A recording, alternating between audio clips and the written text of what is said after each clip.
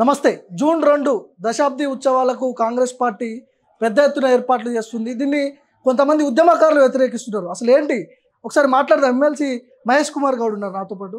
అన్న ముందుగా నమస్తే. కొంతమంది ఉద్యమకారులు వ్యతిరేకిస్తున్నారు. మొన్న జరిగినటువంటి సంఘటన స్టేట్ వైడ్ అది ఒక చర్చకు వచ్చింది. ఎందుకు ఆ పరిస్థితి ఎందుకు వచ్చింది అసలు? ఉద్యమకారులు అందరూ వ్యతిరేకించట్లే. కొంతమంది వ్యతిరేకించే ఉద్యమకారులు కూడా ఆలోచించాల్సింది ఏంటంటే 10 ఏళ్ళుగా మనం అమరులు త్యాగాల వల్ల వచ్చిన తెలంగాణని 10 ఏళ్ళుగా ఏ రకంగా వారి అవసరాలకి కేసీఆర్ వాడుకున్నారో ఒకసారి గ్రహించుకోవాలి. 10 ఏళ్ళుగా ఉద్యమకారులు కానీ ఉద్యమంలో చనిపోయిన వారి కుటుంబాలను కానీ కనీసం పలకరించలేని పరిస్థితిలో కేసీఆర్ ఉండే. ఇవాళ ముఖ్యమంత్రిగా 3 నెలల క్రితం ప్రమాణ స్వీకారం చేసిన రేవంత్ రెడ్డి గారు ఈ తెలంగాణ అందరిది, ఉద్యమకారుల యొక్క ప్రాణత్యాగాల వల్ల తెలంగాణ వచ్చింది, ఆ ప్రాణత్యాగం చేసినటువంటి కుటుంబాలని సోనియా గాంధీ గారి చేతుల మీదుగా ఆదరించుకుందాం, గౌరవించుకుందాం సదుద్దేశంతో ఈ దశాబ్ది ఉత్సవాన్ని ఘనంగా నిర్వహించుకుంటూ ఉద్యమకారుల యొక్క అందరినీ కూడా భాగస్వామ్యం చేసే ప్రయత్నం చేస్తూ ఉన్నాము. దీంట్లో తప్పేముంది? కేసీఆర్ ఏనాడైనా ఇవాళ విమర్శిస్తున్నటువంటి ఈ ఉద్యమకారులను పట్టించుకున్న పాపాన పోయిందా? కనీసం మీకు అపాయింట్మెంట్ ఇచ్చిండా? మిమ్మల్ని ఏ రోజున పలకరించిండా? ఇవన్నీ మర్చిపోయి పలకరించే ముఖ్యమంత్రి, మిమ్మల్ని ఆదరించే ముఖ్యమంత్రి మిమ్మల్ని ఆహ్వానిస్తూ ఉంటే మీరు 3 నెలల లోపటే ఏదో కాలేదని మేము భ్రమపలుకుతూ మీరు భ్రమపడుతూ విమర్శలు చేసే అర్థం ఏముంది? ఇప్పుడు పాశం యాదగిరి లాంటి వాళ్ళని పిలిచి మాట్లాడే ప్రయత్నాలు ఎందుకు జరగట్లేదని చర్చ వచ్చింది. పిలుస్తారు. పాశం యాదగిరి గారు కూడా సీనియర్ మోస్ట్ జర్నలిస్టు, మేధావి, మా అందరు గౌరవం ఉంది. మొన్న అక్కడ మాట్లాడొచ్చినా ఆయన అక్కడ ఆ సందర్భం ఏంటి, ఆ వేదిక ఏమిటి, మీకు ఏమైనా అపోహలు ఉంటే డెఫినెట్గా తీర్చడానికి ప్రభుత్వం సిద్ధంగా ఉంది. తెలంగాణ వచ్చింది చాలామంది యువకులు విద్యార్థులు బలిదానం చేస్తే ఆ బలిదానం ఊరికే పోకూడదు, ఇది చరిత్రను నిలవాలనే తపనతో ముఖ్యమంత్రి గారు ముందుకు పోతా ఉన్నారు. రాజకీయాలలో పరిపాలనలో కొన్ని అటు ఇటు జరుగుతాయి, దానికి పెద్దదిగా చేసి చూపిస్తూ మీరు బాధపడాల్సిన అవసరం లేదు. నేను మళ్ళీ చెప్తా ఉన్నాను, రేవంత్ రెడ్డి గారి యొక్క ఆలోచన స్పష్టంగా ఉంది. 10 ఏళ్ళుగా దోపిడీకి గురైన తెలంగాణ, ఆ దోపిడీకి గురైన వ్యక్తులని వదిలేది లేదు. కేసుల విషయంలో కూడా ముఖ్యమంత్రికి స్పష్టత ఉంది. అసెంబ్లీలో చర్చకు పెట్టి బిల్లు రూపంలో కేసులను ఎత్తివేయాలనే ఆలోచన ఆయనకుంది. సో ఎందుకు మీరు తొందరపడతా ఉన్నారు?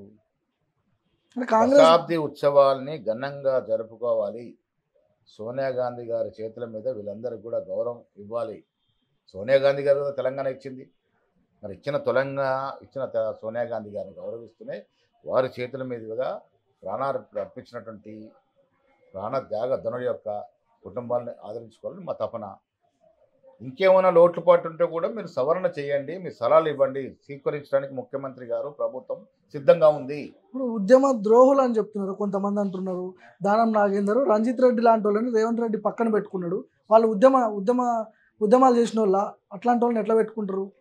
కేసీఆర్ పాలనలో ఎంతమంది తెలంగాణ వ్యతిరేకులు అందలం ఎక్కించినారు? ఎక్కించలేదా? ఆనాడు కాంట్రాక్ట్లు ఎవరికి ఇచ్చినారు? అంటే కేసీఆర్ చేసిన తప్పే రేవంత్ రెడ్డి చేసింది చెప్తున్నాను నేను. ఎందుకంటే రాజకీయాల్లో మొన్న ఎన్నికల్లో గెలిపే ధ్యేయంగా ముందుకు పోయినప్పుడు కొన్ని అటుగా జరుగుతాయి. దానివల్ల తెలంగాణ స్ఫూర్తికి ఎక్కడ కూడా విఘాతం కలగదు కూడా. రాజకీయాల్లో పొలిటికల్ పార్టీస్ అవసరాల కోసం కొన్ని అటుగా చేస్తూ ఉంటాయి, దానివల్ల నష్టమేం లేదు. ఓవరాల్గా కోరుకున్న తెలంగాణ రేపు రాబోతుందా లేదా? 10 ఏళ్ళుగా రాలే. 10 ఏళ్ళుగా ఏదైతే ఆశలతో ఆకాంక్షలతో తెలంగాణ కోరుకున్నామో ఆ 10 ఏళ్ళ కేసీఆర్ పాలన జరగలే. 10% కూడా ఆకాంక్షలు నెరవేరలే. మా ప్రభుత్వం చిత్తశుద్ధితో ముందుకు పోతా ఉంది. అమరులని మేము భాగస్వాములు చేస్తూ ఉన్నాము. తెలంగాణ నిర్మాణంలో అమరుల కుటుంబాలని, ఉద్యమకారులని భాగస్వాములు చేస్తూ ఉన్నాము. ఇవాళ ఈ కార్యక్రమం అంతా కూడా కోదండరామ్ గారి ద్వారా చేయిస్తూ ఉన్నాము. కోదండరామ్ గారు ముందు వరుసలో ఉన్నారు కదా ఉద్యమంలో. ప్రొఫెసర్ జయశంకర్ గారిని ఆదరించుకుంటా ఉన్నాం. ముఖ్యమంత్రి గారు తొలి సంతకం జయశంకర్ గారి యొక్క సొంత ఊరిని రెవెన్యూ విలేజ్గా డిక్లేర్ చేస్తూ ముఖ్యమంత్రిగా తొలి సంతకం పెట్టిన సంఘటన మర్చిపోకూడదు. తెలంగాణ రాష్ట్ర గేయం విషయంలో ముఖ్యంగా కీరవాణిని ఎందుకు తీసుకొచ్చినట్టు, ఆంధ్ర వ్యక్తులని ఎందుకు ప్రోత్సహిస్తున్నారు, అందశ్రీని ఎందుకు ప్రోత్సహించట్లేదని ఒక చర్చ కూడా వస్తుంది. అందశ్రీని ప్రోత్సహించకపోవడం ఈయనకంటే ఆయనకి ఎక్కువ ప్రియారిటీ ఇస్తున్నారు. ఎవరన్నారు? గేయ రచన చేసింది ఎవరు? అందశ్రీ కదా. మరి ఆనాడు కేసీఆర్ గారు అందశ్రీ చాలా చక్కటి గేయ రచన చేశాడు అని చెప్తూనే ఎందుకు దీన్ని జాతీయ అఫీషియల్ గీతంగా చేయలేకపోయినాడు 10 ఏళ్ళుగా? అసలు అందశ్రీ పాటను గుర్తించింది ఎవరు? రేవంత్ రెడ్డి గారే కదా. మేము ఇవాళ అధికారంలోకి వచ్చాము. అధికారంలో రాకముందు 2 సంవత్సరాల క్రితమే మేము ఈ గీతాన్ని మా గాంధీ భవన్లో పాడి వినిపించినాము. జూన్ 2, 2020 నాడు కదా మేము పాడి వినిపించినాము. మరి అందశ్రీ రాసిన గేయాన్ని ఆదరించింది ఎవరు? ఇవాళ అందలం ఎక్కిస్తుంది ఎవరు? ఇలా ప్రభుత్వ గేయంగా మార్చింది ఎవరు? కాంగ్రెస్ కదా, రేవంత్ రెడ్డి గారు కదా.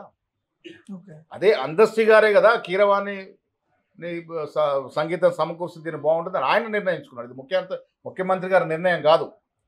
అందశ్రీ గారికి పరిపూర్ణమైన స్వేచ్ఛ ఇచ్చినాము. ఈ పాటను ఏ విధంగా చిత్రీకరిస్తారో, ఏ విధంగా దీన్ని పాడతారు, దీనికి ఎవరి వల్ల మీరు సంగీత సమకూర్చారు, ఇవన్నీ కూడా వారు తీసుకున్న నిర్ణయం. ఓకే.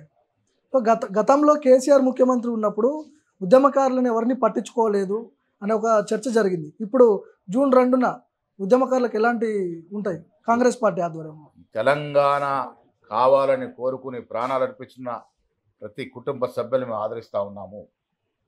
కేసీఆర్ లాగా దొంగ లెక్కలు అవసరం లేదు. పరిపూర్ణంగా ఉద్యమంలో పాలు పంచుకున్న ప్రతి వ్యక్తికి సత్కారం జరగాలి, సన్మానం జరగాలని రేవంత్ రెడ్డి గారు, కాంగ్రెస్ ప్రభుత్వం కోరుకుంటా ఉంది.